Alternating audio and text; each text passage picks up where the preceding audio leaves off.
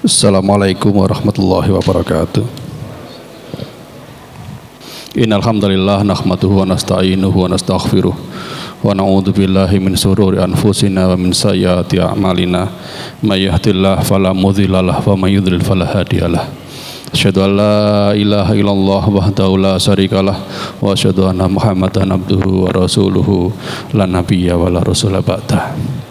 Bapak Ibu yang dimuliakan Allah, alhamdulillah kita pada malam hari ini kita masih diberikan nikmat oleh Allah Subhanahu wa taala. Nikmat sehat, nikmat sempat, dan juga nikmat keimanan, sehingga kita mampu untuk hadir di majelis yang dimuliakan Allah insyaallah. Dan pada malam hari ini sebagai bukti ya kehadiran kita ini bahwa kita masih ya mensyukuri apa yang dinikmatkan Allah Subhanahu wa taala kepada kita. Karena hari ini mungkin banyak juga dari teman-teman kita, saudara kita yang kepingin hadir untuk majelis bersama kita, tetapi mungkin kesehatannya kurang atau mungkin tidak ada kesempatan ya. Maka ini perlu kita syukuri. Dan hari ini yang sedang sakit, mudah-mudahan kita berdoa kepada Allah Subhanahu wa taala semoga diberikan kesembuhan oleh Allah Subhanahu wa taala. Amin. Tak lupa juga kami ucapkan terima kasih dan jazakumullah khairan kepada Bapak Ibu yang ikut serta berpartisipasi dalam pengadaan buku Al-Hikam ya, yang dibedah atau dikaji oleh Ustadz Kiai Haji Azhari Dipakusumo ini ya, ini dibagikan untuk jenengan semua ya, dari Anda untuk Anda, dan insya Allah berpahala ya. Dikaji terus insya Allah akan kecipratan pahalanya Ustadz ya. Ya, ini bisa dibagikan yang depan-depan dulu, dari yang depan nanti sampai yang belakang. Ada yang belum kebagian? Sudah kebagian semua? Sudah. Ya. Gimana Agus? Ada yang belum ya dibagikan? Sekali lagi kami ucapkan jazakumullah, semoga Allah membalas yang lebih banyak dan lebih berkah lagi. Amin. Allahumma amin. Ya, langsung saja kepada Ustadz. Ya, nanti tolong disimak baik-baik, barangkali ada pemaparan beliau nanti ada yang kurang jelas bisa ditanyakan di sesi tanya jawab. Buat Bapak Ibu yang ada di rumah, selama kami siaran live streaming di Facebook LKI dan YouTube LKI Lamongan, bisa bertanya atau bisa berinteraksi langsung dengan kami di kolom komentar. Mic-nya sudah ada, Ustaz? Iya. Ya, langsung saja kepada beliau Ustadz Kiai Haji Azhari Dipakusumo. Waktu dan tempat dipersilahkan. Tafadhol Ustaz. Bismillahirrahmanirrahim. Assalamualaikum warahmatullahi wabarakatuh. Alhamdulillah. Alhamdulillahi rabbil alamin, wa bihi nasta'inuhu ala umuri dunya waddin. Asyhadu an la ilaha illallah wa asyhadu anna Muhammadan abduhu wa rasuluh. Wassalatu wassalamu ala asrafil anbiya'i wal mursalin wa ala alihi wa ashabihi wa man tabi'ahu bi ihsanin ila yaumiddin, wa ba'd. Yaqulullahu tabaraka wa ta'ala fi kitabihil karim. A'udzu billahi minasyaitonir rajim. Bismillahirrahmanirrahim. Ya ayyuhalladzina amanu taqullaha haqqa tuqatih wa la tamutunna illa wa antum muslimun. Wa qala ya ayyuhalladzina amanu taqullaha wa qulu qawlan sadida yuslih lakum a'malakum wa yaghfir lakum dzunubakum wa may yuti'illaha wa rasulahu faqad faza fawzan 'azima. وقال يا أيها الناس اتقوا ربكم الذي خلقكم من نفس واحدة وخلق منها زوجها وبث منهما رجالا كثيرا ونساء wattaqullaha alladzi tasaaluna bihi wal arham innallaha kana 'alaikum raqiba. Wa qala wa tazawwadu fa inna khayra zadi taqwa. Qala Rasulullah sallallahu alaihi wasallam fi hadisihi syarif, ittaqillaha haitsu ma kunta wa atbi sayyatal hasanata tamhuha wa khaliqin nasa bi khuluqin hasanin. Allahumma arhamna bil Qur'an. Ikhwani arsyadakumullah. Alhamdulillah, pada awal malam maghrib tanggal 19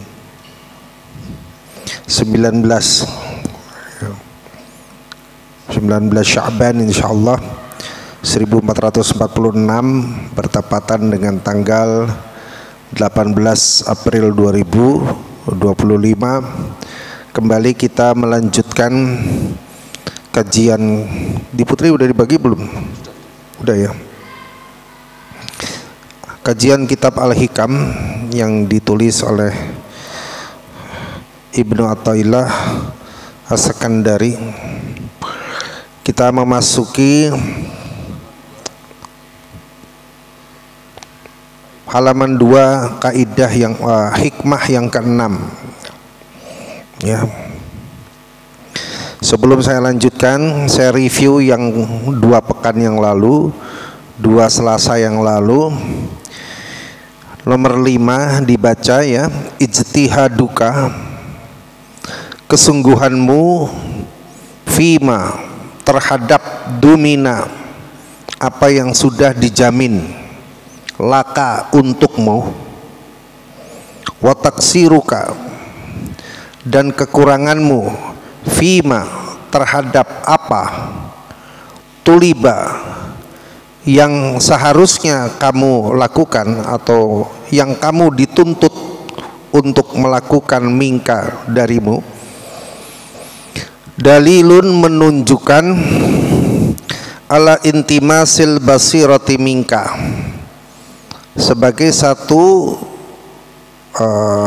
matinya mata hatimu ya, hilangnya matinya mata hati. Jadi matinya mata hati itu 2 hal, yaitu kesungguhan di dalam mengejar sesuatu yang justru sudah dijamin, dan kekurangan terhadap sesuatu yang seharusnya dikerjakan.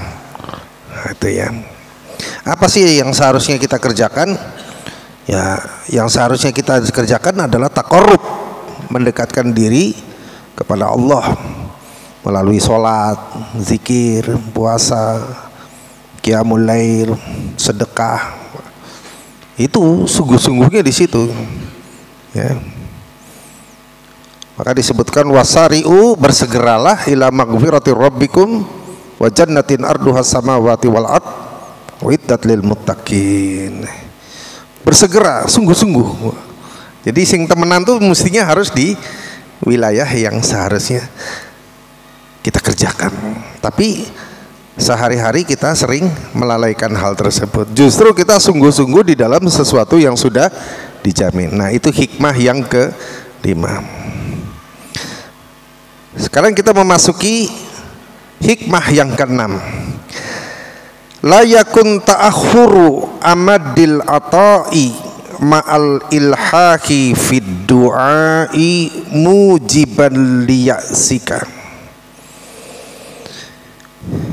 Jangan sampai keterlambatan pengkabulan doa atau pemberian, ma'al ilhahi fid du'a, padahal kamu sudah sungguh-sungguh di dalam berdoa, mujiban liya'sika, yang menyebabkanmu putus asa. Jadi dia udah doa ya, nggak dikabul-kabulkan itu. Akhirnya dia kok bertanya-tanya, ini ada apa ini gitu ya. Nah, saudara-saudara sekalian, di sini Allah Subhanahu wa taala memberikan pesan dan nasihat kepada kita, meskipun Allah Subhanahu wa taala sudah menyebut ya, fa idza sa'alaka ibadi anni fa inni qaribun ujibud da'watad da'i idza da'an. Apabila seorang hambaku bertanya kepadamu wahai Muhammad tentang aku, beritahukanlah, fa inni qaribun, aku itu dekat, ujibud da'watad da'i idza da'an. Ini menjadi menarik ya, kaitannya dengan doa. Apapun yang kita minta, insya Allah Allah akan mengabulkan, dengan penjelasan berdasarkan hadis riwayat Ahmad yang berbunyi,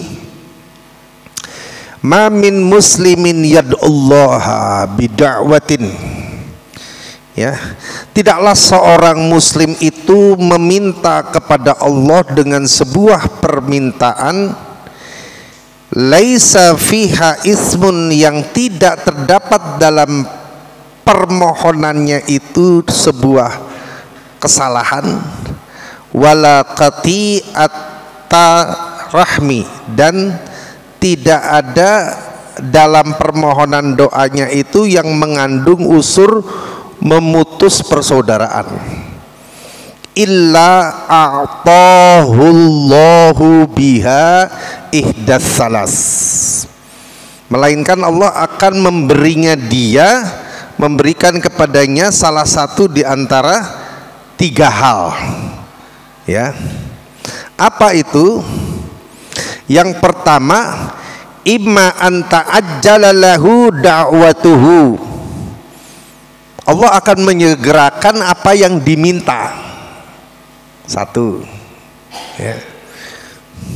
Yang kedua, imma, atau bahkan bisa ayyudakhiraha lahu, Allah menyimpan apa yang diminta itu fil akhirah ya, ditahan untuk diberikannya di akhirat. Jadi kemarin pernah saya jelaskan ketika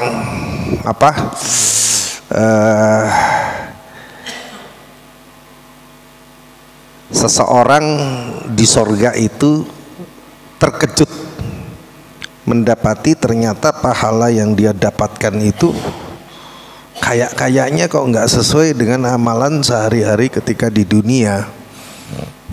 Bahkan dia berkeinginan untuk kembali gitu. Setelah dia ketahui bahwa itu disebabkan karena Allah yudakhiruha, Allah menyimpan ya, mengabulkannya itu dengan ditahan, disimpan lahu fil akhirah, untuknya di akhirat. Wah, lah gini caranya lah gitu ya. Aku ingin bisa berdoa lagi supaya doa saya ditunda sehingga semuanya dikumpulkan di akhirat. Tapi kan nggak bisa. Kenapa nggak bisa? Karena tidak ada siapapun yang bisa mereview kehidupan pascal maut. Tidak ada siapapun yang bisa memutar hidup kembali ke dunia, karena dunia sudah hancur, ya, sudah dihancurkan oleh Allah, sudah tidak ada kehidupan lagi. Itu ya. Padahal kalau kita berdoa kan jujur aja ya, kita ingin segera dikabulkan. Allahumma stajib, ya Allah kabulkan. Masya Allah. Masya Allah. Yang ketiga, imma ayyasrifa anhu minas su'i mislaha, Allah ingin menjauhkan darinya keburukan semisal daripada permintaannya. Maksudnya begini, dia mungkin meminta sesuatu yang bisa jadi sesuatu itu jadi buruk bagi dia, dan Allah lebih tahu. Oleh karena itu dinasihatilah kita semuanya, jangan sampai kalau terjadi seolah-olah penundaan dari sebuah jawaban atas permintaan doa kita kepada Allah, padahal kita sudah sungguh-sungguh pagi sore, tetaplah berdoa supaya Allah tuh ingin tahu ini orang serius apa tidak, karena Allah ingin selalu mendengar rintihan hambanya, dan Allah lebih suka diminta. Allah itu lebih suka diminta, sementara manusia itu paling tidak suka diminta, betul ya? Kecuali yang dirahmati Allah. Sebentar lagi nih, mudah-mudahan orang semua menjadi dermawan karena mendekati bulan Ramadan. Doa tangi, kuasi amplop terus, pasti keluar amplop itu, kembalinya isi itu pasti. Berapapun jumlahnya, tapi ada isinya. Tidak peduli dia itu kaya, miskin, biasa-biasa saja. Tapi kalau sudah bulan Ramadan ini, tidak ada seorang pun yang ingin kehilangan kesempatan mencari barokah di bulan Ramadan.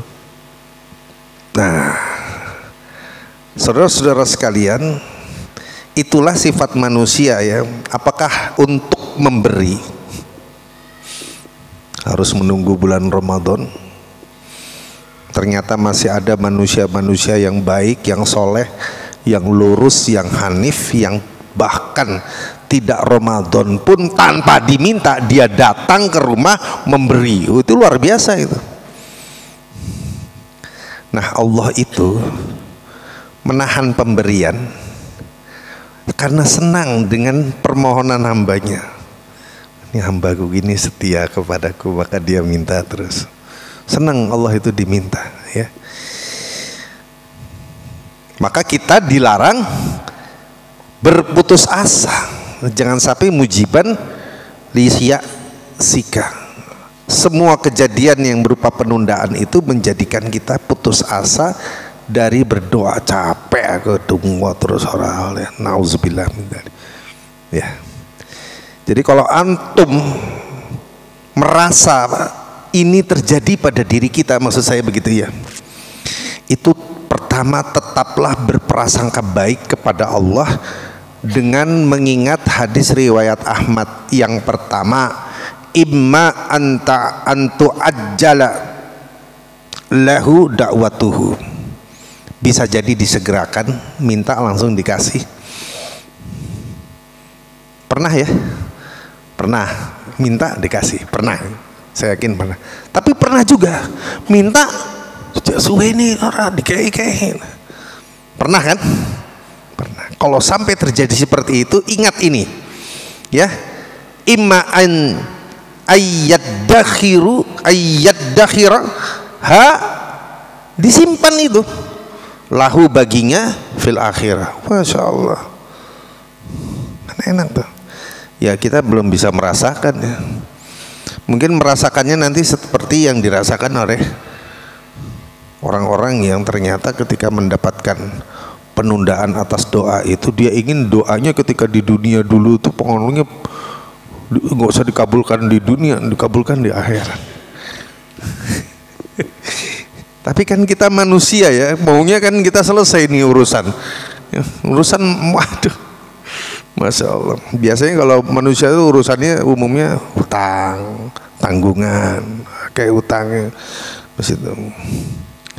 Terus Allah ingin menghapuskan, menghilangkan keburukan yang mungkin saja terjadi pada permintaan itu ketika permintaan itu diberikan. Nah, pada kondisi ini kita tetap berprasangka baik kepada Allah, gitu ya. fahuwa hadzal ma'nal Allah dominalakal ijabata fima yahtaruhu laka. Jadi Allah itu sudah memberikan garansi bagimu untuk memberikan jawaban, untuk memberikan pengkabulan terhadap apa yang Allah pilih bagimu. La fima tahtaruhu linafsi, bukan terhadap apa yang kamu pilih untuk dirimu. Artinya Allah lebih tahu, lebih mengetahui mana yang lebih baik bagi hambanya. Bisa jadi hambanya meminta sesuatu, diberikan yang lebih daripada itu lebih baik. Bisa jadi hamba meminta sesuatu, tetapi sesuatu itu diberikan tidak sesuai dengan ekspektasinya, karena Allah tahu apa yang pantas baginya, dan manusia juga tidak tahu apa yang pantas untuk dirinya. Karena itu ya, yahtaruhu laka wala fima yahtaruhu li nafsik. Jadi semuanya itu Allah lah yang mengatur. Ya, berarti Allah nggak mengabulkan, bukan. Allah lebih tahu apa yang lebih baik bagi kita, gitu loh maksudnya. Itu menyebabkan kita selalu berprasangka baik kepada Allah. Kan ini loh, kepala kita ini kan cuma segini nih. Logikanya Allah itu kan tidak bertepi, itu persoalannya. Ada yang sama sekali nggak nyanda menurut kita, tetapi bagi Allah itu baik untuk kita. Nah, ini mengingatkan kita tentang surat Al-Baqarah ayat 216, auzubillahi minasyaitonirrajim, kutiba alaikumul qital. Ada suatu masa di mana perang itu diwajibkan. Jadi gini, saya ingin menjelaskan, Islam itu adalah sebuah ajaran yang cinta damai, ya.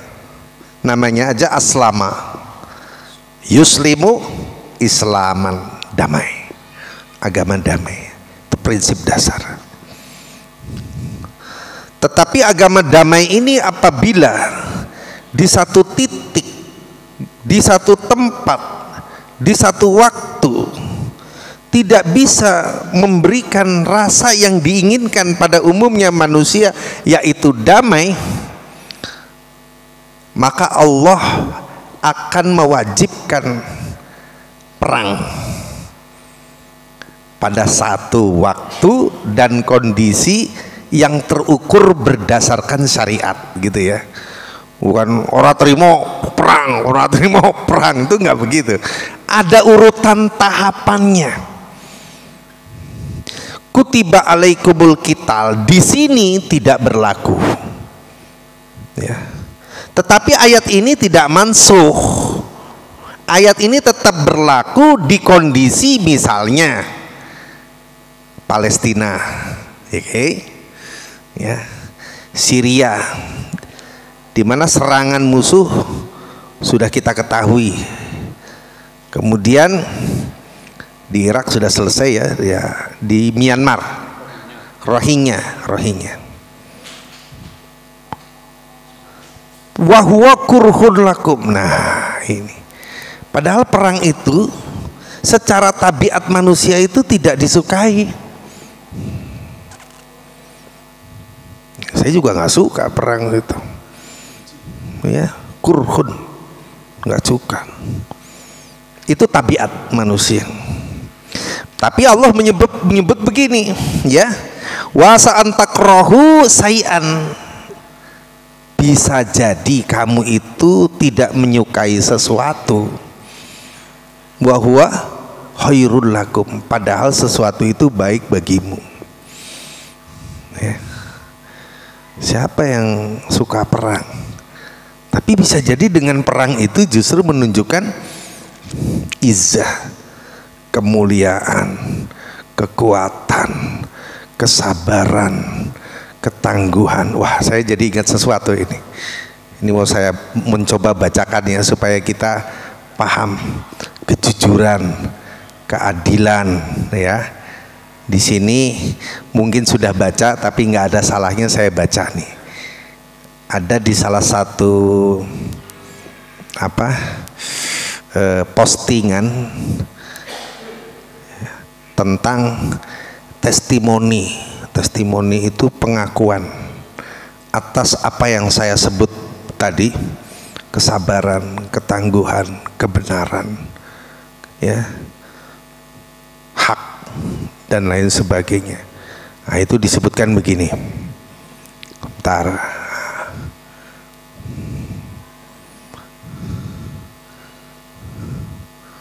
Terlalu banyak grup jadi begini. Ya. Pokoknya nanti menjelang Ramadan saya tak izin beberapa grup, izin pamitan. Oke. Kebaikan. Jadi ini tulisan tahanan Alexander Trobanov kepada Al-Qasam. Kebaikan hati Anda terukir dalam hati nurani saya. Selama 498 hari saya hidup di antara Anda. Saya belajar arti dari kejantanan sejati, kepahlawanan murni, dan rasa hormat terhadap kemanusiaan dan nilai-nilai, terlepas dari agresi dan kriminalitas yang Anda alami. Kalian adalah orang-orang yang terkepung dan merdeka, dan aku adalah tawanan, dan kalian adalah penjaga hidupku. Kalian merawatku seperti seorang ayah yang penuh kasih sayang kepada anak-anak. Kalian menjaga kesehatan, martabat, fisik, dan kalian tidak membiarkan rasa lapar atau penghinaan menyentuhku. Meskipun aku berada dalam cengkraman orang-orang yang berjuang untuk tanah mereka dan hak mereka yang dirampas, dan mereka diperangi oleh pemerintah negaraku yang sedang melakukan genosida paling kejam terhadap orang-orang yang terkepung. Aku tidak mengerti arti kejantanan sampai aku melihatnya di matamu, dan aku tidak menyadari nilai pengorbanan sampai aku menjalaninya di antara kamu. Saat kamu menghadapi kematian dengan senyuman dan melawan dengan tubuhmu musuh yang memiliki semua alat untuk membunuh dan menghancurkan. Betapapun fasih dan pandainya saya berbicara, saya tidak akan dapat menemukan kata-kata yang dapat menggambarkan kehebatan Anda atau mengungkapkan rasa takjub dan kagum saya atas moral Anda yang luhur. Apakah ini cara agamamu mengajarkanmu memperlakukan tahanan? Agama agung apakah ini yang menjadikan kalian manusia dengan status yang begitu luhur, yang di hadapannya semua hukum hak asasi manusia buatan manusia runtuh, dan semua protokol untuk berurusan dengan musuh runtuh? Anda menerapkan keadilan dan belas kasihan di saat-saat yang paling sulit, bukan dengan slogan-slogan palsu, tetapi dengan kenyataan yang kami jalani. Dan Anda berpegang teguh pada prinsip Anda bahkan dalam situasi yang paling gelap sekalipun. Percayalah, kalau suatu saat aku kembali ke sini, aku hanya akan kembali sebagai pejuang di antara kalian. Karena aku tahu kebenarannya melalui rakyatnya, dan aku sadar bahwa kalian bukan saja pemilik tanah ini, tetapi juga pemilik prinsip dan tujuan yang benar. Itu kejadiannya kenapa coba? Karena perang. Maka muncullah manusia-manusia yang dipilih oleh Allah dari kelompok kebenaran, keberanian, keadilan, ketangguhan, kesabaran. Di satu sisi dimunculkan orang yang sangat kejam, bengis, ya, pembunuh, sudah divonis oleh dunia sebagai penjahat perang. Diperlihatkan oleh Allah tentang dua tipikal manusia. Israel di penjara di Palestina mendapatkan perlakuan yang baik, dan itu sudah saya bacakan. Palestina di penjara di penjara Israel mendapatkan penyiksaan. Semua mata dunia melihat dan menyaksikan dan memberikan penilaian dengan hatinya masing-masing. Ini tidak terjadi kalau tanpa perang, Mas. Bisa jadi kamu tidak suka dengan perang, tapi itu baik. Muncul orang-orang yang memberikan keteladanan. Jadi dalam Islam tuh ada adab, ada tahap, ada rute untuk sampai kepada pertempuran itu. Meskipun di dunia tidak memperlakukan Islam dan umat ini secara adil, tapi Allah bisa memperlihatkannya berdasarkan penuturan musuhnya sendiri. Wow, tidak terjadi tanpa perang itu. Sebaliknya, wa asa an tuhibbu syai'an, bisa jadi kamu mencintai sesuatu wa huwa syarrun lakum, padahal itu buruk bagimu. Kalau ditanya betapa cintanya manusia, lengketnya hati kepada bumi, ya, semua diukur dengan standarisasi logika bumi, bukan logika langit. Dia merasa terhina hanya karena tidak punya harta, tidak punya tahta, tidak punya Toyota, merasa terhina, sehingga dia berusaha untuk menjadikan usaha di bumi ini sebagai kecintaannya, padahal itu belum tentu baik bagi dirinya. Kalau di sebelumnya kita katakan kesungguhanmu terhadap apa yang sudah dijamin, ya, itu mematikan hati. Makanya kalau kita bekerja nggak usah mempeng, nggak usah sampai pokoknya lembur-lembur gitu. Kecuali ada terikat perjanjian, ya. Kalau janji harus dipenuhi. Tapi hanya untuk mencari duit, astagfirullahaladzim. Begitu senangnya dia tidak merasa cukup dengan apa yang diberikan oleh Allah, dicari lagi. Uangnya semakin banyak memang, tapi biaya hidup untuk kesehatannya juga lebih banyak. Anak-anaknya sakit, anak-anaknya ada macam-macam lah. Seringkali kita mencintai sesuatu padahal itu belum tentu baik bagi kita. Itu disebut di dalam surat Al-Baqarah ayat 216, bercerita tentang kewajiban perang. Sesuatu yang tidak disukai manusia, tetapi muncullah sosok-sosok yang luar biasa, ya. Padahal yang dihadapi Israel kan bukan negara loh, ormas ya, organisasi massa.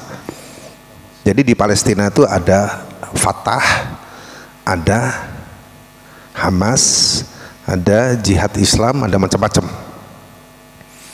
Nah, yang nampaknya tidak mau tunduk kepada Israel itu, sehingga Israel menghancur leburkan Gaza, itu ya Hamas, ya. Bukan sekedar nggak mau tunduk, malah melawan dengan tingkat perlawanan dengan perlawanan tingkat tinggi, dengan kecerdikan yang luar biasa, dibalut akhlakul karimah. La haula wala quwata illa billah. Masya Allah. Jadi kadang Allah itu memberi nasihat kepada kita tuh dengan peristiwa, Mas, dengan kekejaman musuh, dengan ketabahan perjuangan.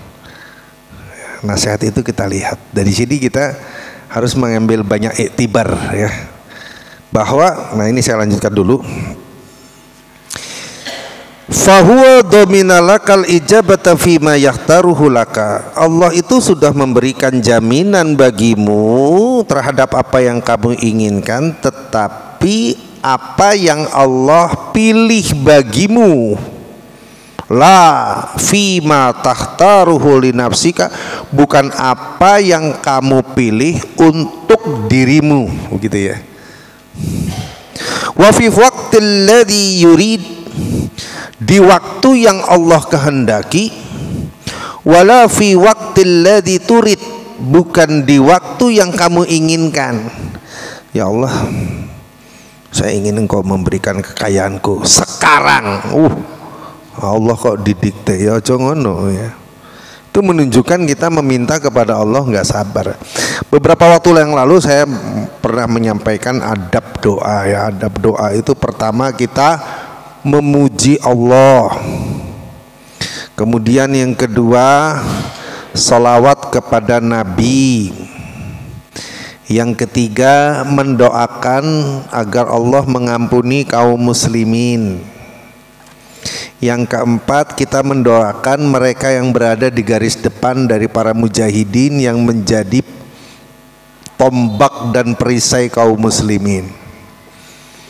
Kelima, iktiraf, mengakui kesalahan-kesalahan kita dulu. Rabbana dhalamna anfusana wa illam taghfir lana.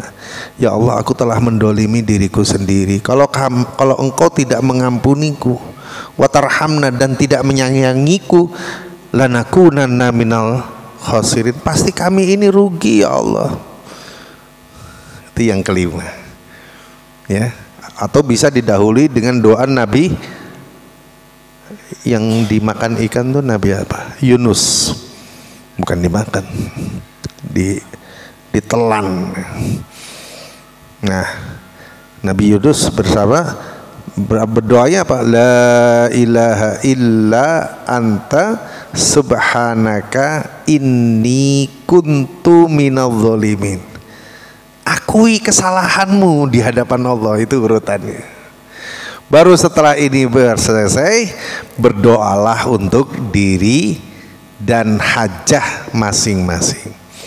Memuji Allah, salawat ke atas Nabi, memintakan ampunan bagi kaum muslimin, mendoakan para mujahidin.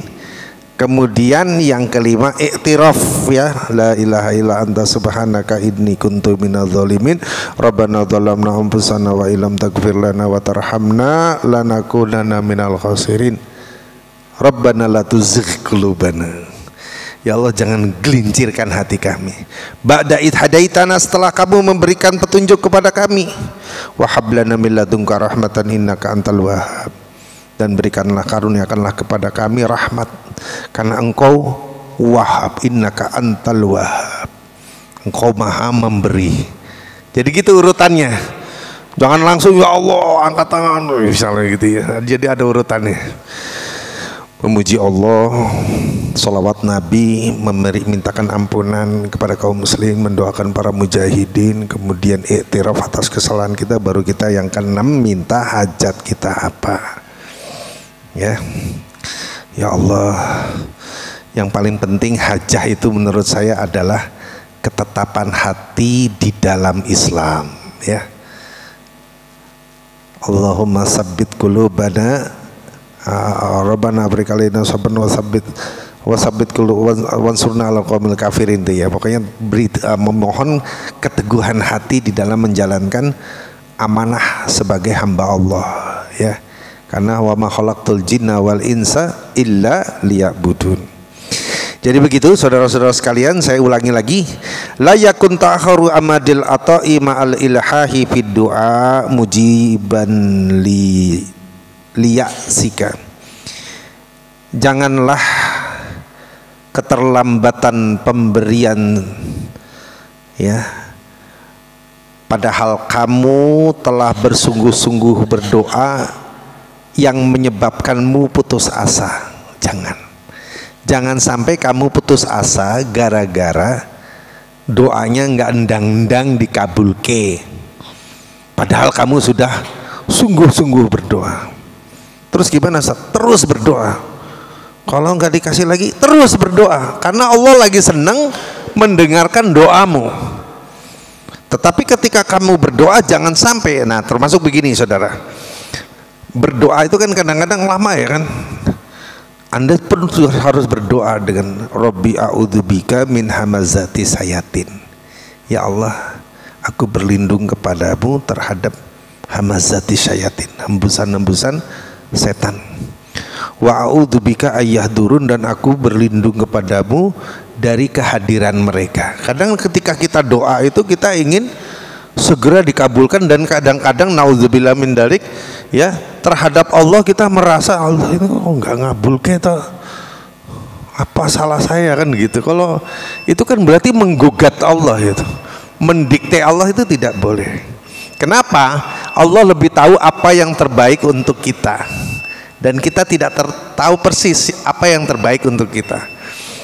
Dan yang kedua, Allah mengabulkan doa sesuai dengan yang dipilihnya, bukan sesuai dengan apa yang diinginkan oleh kita. Tetapi meskipun begitu kadang-kadang juga disesuaikan. Yang ketiga, Allah mengabulkan doa pada waktu yang tepat. Antum tahu Nabi Yakub itu berapa tahun itu sakit lepra itu, sembuhnya sudah tua, istrinya lari kabur. Nabi Ayub, bukan Nabi Yakub, Nabi Ayub. Saya sudah ke sumurnya itu, masya Allah, ini sumur tempat Nabi Ayub membersihkan tubuhnya. Kemudian setelah itu dia langsung jadi glowing. Istrinya langsung kaget, terus dikaruniai anak yang banyak. Nah itulah ya. Tapi sudah lama sekali. Allah lebih tahu waktu yang tepat baginya, dan kita tidak tahu kapan waktu itu untuk kita.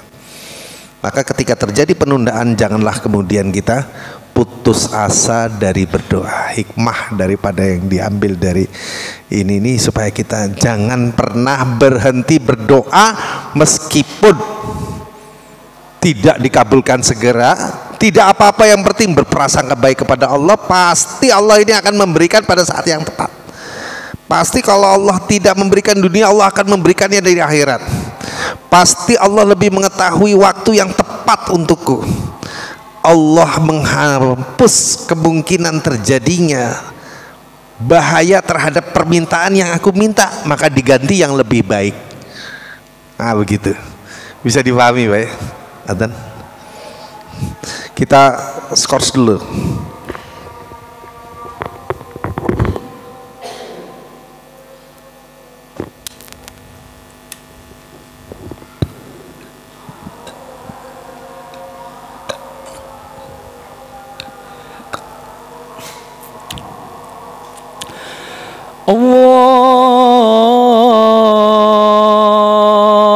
Allahu Akbar. Allahu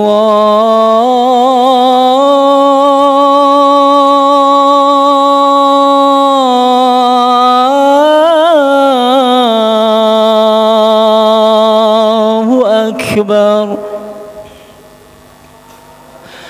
Allahu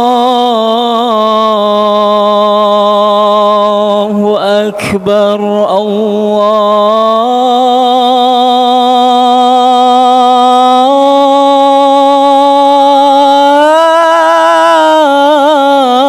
Allahu Akbar. Asyhadu an la ilaha illallah.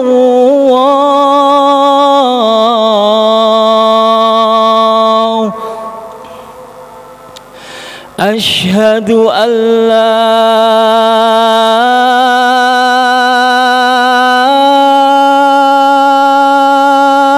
ilaha illallah.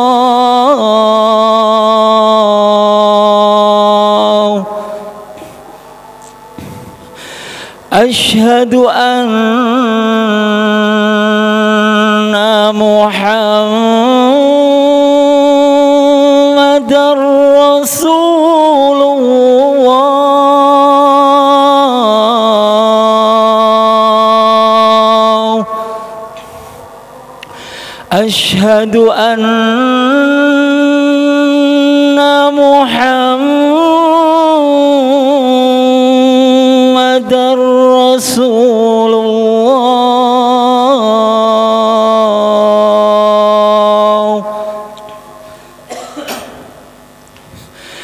Hayya 'alas salah.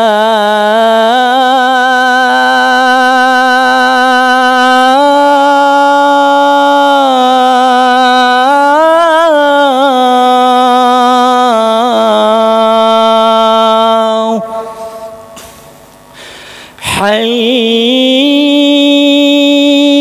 على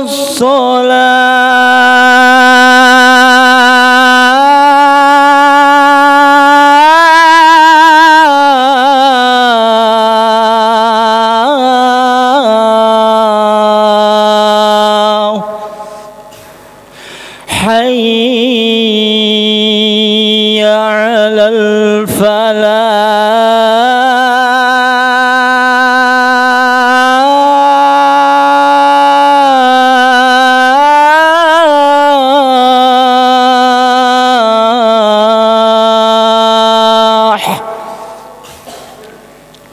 حي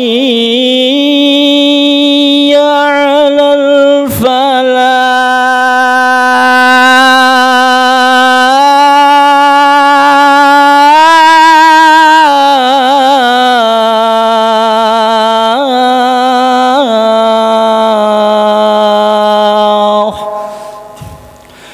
الله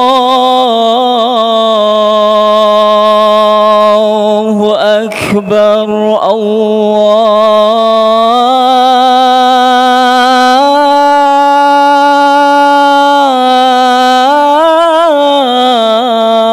الله أكبر لا إله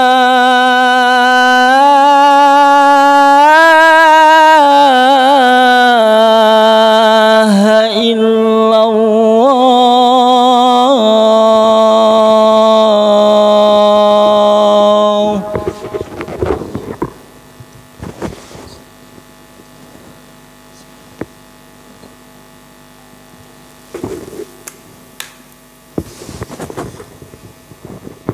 Baiklah, sekarang kita mulai pertanyaan, Mas. Ya. Ya, monggo dari Bapak Ibu barangkali yang ingin ditanyakan dari pemaparan Ustadz Kiai Haji Azhari Dipokusumo tadi, barangkali ada yang kurang jelas.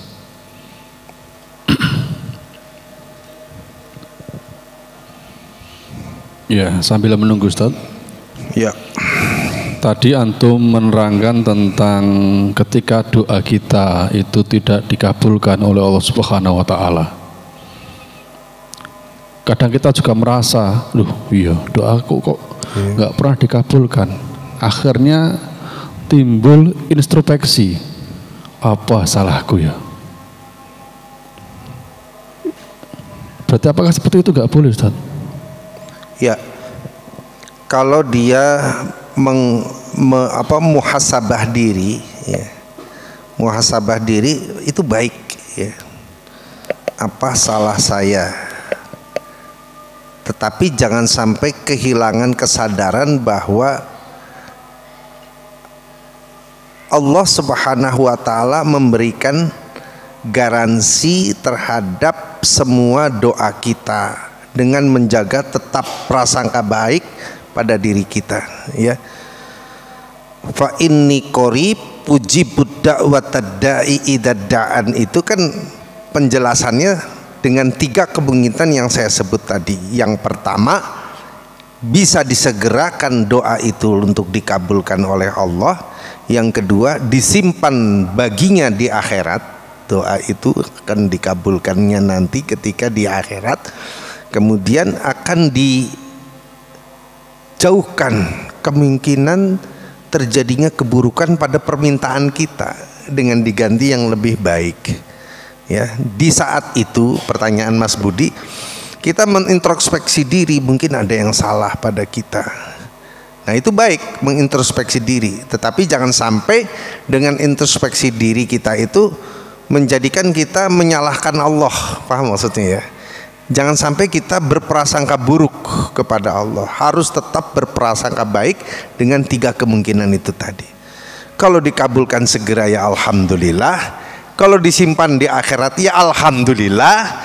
Kalau akhirnya dihapuskan keburukan dari permintaan kita, kita mestinya mintanya baik gitu ya. Tetapi contoh kita minta begini, kadang-kala kita, ya Allah musuh ini keterlaluan, damirhum kan gitu, hancurkan mereka. Itu boleh, ada doa itu. ihzimhum wazalzilhum, goncangkanlah mereka. Tapi Allah punya rencana lain, ya. Rencananya apa? Bisa jadi doa-doa kita yang cadas, doanya cadas, doanya yang mengancam, menghancurkan, itu diganti oleh Allah dengan sesuatu yang lebih baik, karena itu bisa mengandung keburukan kepada diri kita. Itu bisa jadi. Dan Allah lebih tahu tentang apa yang pantas untuk diri kita, yang lebih baik dari diri kita. Jadi pada posisi kita introspeksi terhadap kesalahan, benar, tetapi tetap menjaga prasangka baik kepada Allah, bahwa Allah akan selalu memberikan 3 kemungkinan itu tadi. 1, menyegerakan. 2, menunda. 3, mengalihkan potensi terjadi keburukan dalam permintaan kita tadi dengan yang lebih baik menurut Allah, bukan menurut kita. Begitu ya. Lanjut.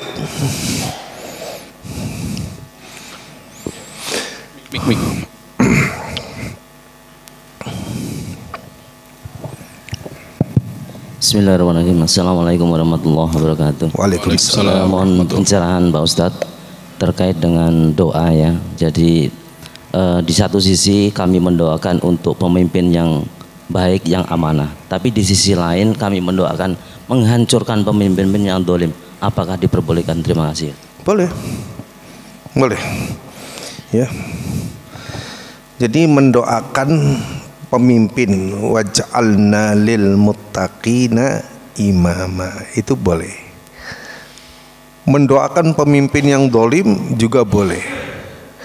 Cuman urutan doa itu harus mendahulukan dengan memberinya hidayah. Maksudnya begini, Allahumma hdi. Rasulullah itu disakiti sedemikian rupa oleh penduduk Taif sampai berdarah, Pak. Malaikat datang, Jibril datang membawa malaikat penjaga gunung Taif. Koyoke Jibril ora terima toh.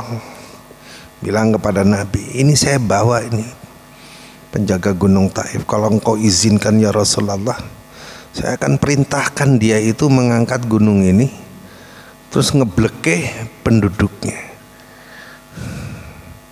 Lah iku kita kan yo tepak lek ngono sisan ae ya ngono. Hancurkan sehancur-hancur. Tapi Rasul enggak begitu kan. Apa yang Rasul? Allahumma di qaumi fa innahum la ya'lamun. Ya Allah, berikanlah petunjuk kepada kaumku, karena kaumku itu enggak tahu. Nah, sekarang penduduk Taif itu qadarullah termasuk yang muti'. Jadi pengabulan doa itu kan akhirnya di kemudian hari menjadi manfaat, meskipun kita terdolimi gitu ya. Antum kan belum pernah digebugin ya gara-gara menyembunyikan nama seorang ikhwan kan gitu.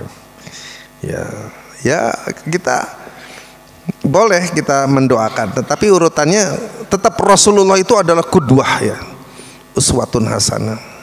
Ya Allah, berikanlah petunjuk.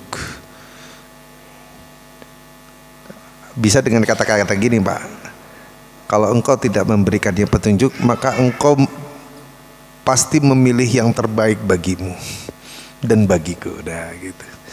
Jadi nggak usah mendikte Allah harus lakukan itu sekarang juga ya Allah. Nah, itu enggak. Ya, kita ini hamba.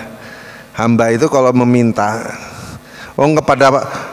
kepada lurah, camat aja kita ngatur kata-kata sedemikian bagus toh, Pak. Iya toh. Apalagi munggah siti nang bupati, wah itu kelambine kudu apik, sepatunya harus disemir, harus klimis, harus wajahnya glowing, kelambinan jungkatan, peci jangan miring, ditoto. Itu masuk istana kalau antum tahu, itu ada prosedurnya itu, dilihat, diperiksa macam-macam. Tapi kan itu manusia. Tapi seringkali kita meminta kepada yang menciptakan manusia tidak seperti ketika kita menghadapi manusia, membutuhkan pertolongannya kan gitu. Mestinya kan kita ya bumbung-bumbung itu tadi maksudnya itu ya. Itu. Tapi jangan lupa wattaqi da'watal madlum itu, hati-hati terhadap doa orang-orang yang terzalimi, karena antara dia dengan Allah tidak ada sekat. Jangan buru-buru antum hancurkan maksudnya gitu ya. Ya didungak kese dapat hidayah loh. Ya toh? Coba antum lihat apa kata Rasulullah melihat kekejaman Abu Jahal dan Umar bin Khattab. Allahumma a'izzal islama bi ahadi umaraini. Ya Allah, muliakanlah Islam ini dengan salah satu di antara dua Umar. Bayangkan ya, Rasulullah tuh memang indah sekali. Rasulullah dianiaya sedemikian rupa, dia berbuat baik. Kisah Yahudi kemarin ya, disuapi. Kemudian ketika dia menang, dia tetap berbuat baik. Bukan mumpung saya sedang berkuasa, sisa mana ini yang kemarin menganiaya saya, penyidik itu ya misalnya, jangan begitu. Ya. Ada hak di situ, tapi tetap pilih yang, bahkan kalau bisa memaafkan. Sudah. Nah kemarin waktu saya diserahkan, serah terima tuh melihatnya. Kami berharap Ustadz tidak dendam. Oh, sudah selesai itu. Sudah selesai masalah dendam, sudah mansuh, sudah nggak ada. Nggak perlu lagi itu dibahas. Itu takut sekali dia kayaknya, padahal saya udah nggak mikir. Berarti kan kalau dia ngomong gitu kan ada apa gitu loh. Wong saya rapopo. Masih waktu itu ya rada getem-getem ya toh. Tapi dengan berangkatnya waktu kan ya sudahlah, selesai. Gitu ya Pak ya. Memang wah nggak salah, wa innaka la ala khuluqin azim, itu luar biasa Rasulullah. Oleh karena itu apa yang belum dari Rasulullah yang belum kita ikuti, ayo Pak, sama-sama kita napak tilasi ucapan, tindakan, pembiaran serta sifat-sifat Nabi ya. Itu sehingga itu menjadi sebuah karakter dalam kehidupan kita. Berbuat baik kepada musuhmu, meskipun musuh, berbuat baik ya. Antum tahu kan Al-Quds ketika Richard Lionheart masuk gitu, wah habis kaum muslimin, darah menggenang sampai melutut. Ada yang bilang sebetis, macam-macam, di beberapa tempat pasti ada beda ketinggian ya. Nah, tapi ketika Islam datang, diampuni semuanya itu. Padahal mereka sudah takut sekali. Nah, ini akhlak yang akan meruntuhkan hati sehingga menimbulkan cinta kepada Islam lah itu. Jadi perang Islam itu adalah perang dalam rangka rahmatan lil alamin, menyentuh hati terdalam dari sanubari manusia sehingga mereka tertegun dan takjub dan akhirnya jatuh cinta kepada ajaran yang sangat agung ini, yang didemonstrasikan dalam akhlakul karimah para pengikut Rasulullah Sallallahu Alaihi Wasallam. Dan masih ada satu episode lagi kebangkitan Islam ini. Kita berharap kita menjadi salah satu di antara yang ada dalam barisan ini. Kalau antum pernah lihat, kalau ada 10.000 mujahidnya, aku berharap ada di dalamnya. Aku satu di antaranya. Kalau ada 1.000 mujahid, aku berharap aku satu di antaranya. Kalau ada 100 mujahid, aku masih berharap aku ada di antaranya. Kalau ada 10 mujahid, aku masih tetap berharap aku salah satu di antara mereka. Kalau tinggal 1 mujahid, aku berharap itulah aku. Gitu caranya, ya. Gitu. Karena ini apa ya? Proses kebangkitan ini tidak bisa dicegah karena dia adalah merupakan nas. Nas itu ayat yang sharih, ya. Baik dia itu ayat di dalam yang populer itu surat An-Nur 55 itu. Kalau dalam hadis banyak tentang akhir zaman. Itu sebuah keniscayaan. Maka kalau saya ditanya tentang akan munculnya sebuah imperium Islam? Ya jawabannya itu rencana Allah. Ya, bisa jadi rencana Allah tentang kekuasaan Islam di muka bumi ini akan dipimpin oleh orang yang dulu pernah menjadi musuh kita, kemudian bertobat, kan begitu. Dan dia menjadi mujahid seperti Umar bin Khattab. Siapa yang tahu? Ada seorang mujahid, wah hebat dalam perang. Lihat wanita di Romawi itu, di loteng cantik itu. Langsung dia panah surat ke wanita itu. Kata wanita itu, kalau kamu mau sama saya, kamu harus pindah agama. Pindah agama. Mujahid itu. Ya muqallibal qulub. Nah, berdoa ini penting nih. Wahai yang membolak-balikan hati, sabbit qalbi ala dinika. Teguhkanlah hatiku di dalam agamamu, gitu ya. Nah, ini ketetapan hati itu perlu diminta di poin yang ke-6 setelah memuji Allah, sholawat Nabi, memintakan ampun kaum muslimin, mendoakan para mujahidin, mengakui kesalahan-kesalahan kita, baru kita meminta ketetapan hati, baru kita minta apa yang kita inginkan, ya, minta rezeki, minta anak yang soleh dan lain-lain. Ya, semoga apa yang menjadi hikmah pembahasan kita pada malam hari ini menjadi renungan di rumah, ya. Jangan sampai antum ketika di rumah tiba-tiba marah-marah, nesu, mergo ora dijawab oleh Allah doanya. Ingat, bisa disegerakan, bisa ditunda, bisa diganti yang lebih baik, karena ada unsur bahaya dalam permintaan kita, dan Allah Maha tahu tentang kita sesuatu yang kita tidak pernah tahu tentang diri kita sendiri. Bahkan rambut kita jumlahnya berapa, padahal tiap hari ada di sini pun kita tidak tahu. Bukannya tidak tahu, malas ngitung juga. Kan gitu kan. Sopo iso ngitung rambut? Orang kerjaan. Begitulah Allah Subhanahu wa taala. Jadi pengkabulan doa itu harus disikapi dengan prasangka baik kepada Allah dan mengevaluasi tentang kesalahan kita. Aku qouli hadza wa astaghfirullah li wa lakum wa lisairil muslimin wal muslimat min kulli dzambin wastaghfiruhu innahu huwal ghafurur rahim. Wabillahi taufiq ila aqwamit thoriq walhamdulillahi rabbil alamin. Assalamualaikum warahmatullahi wabarakatuh.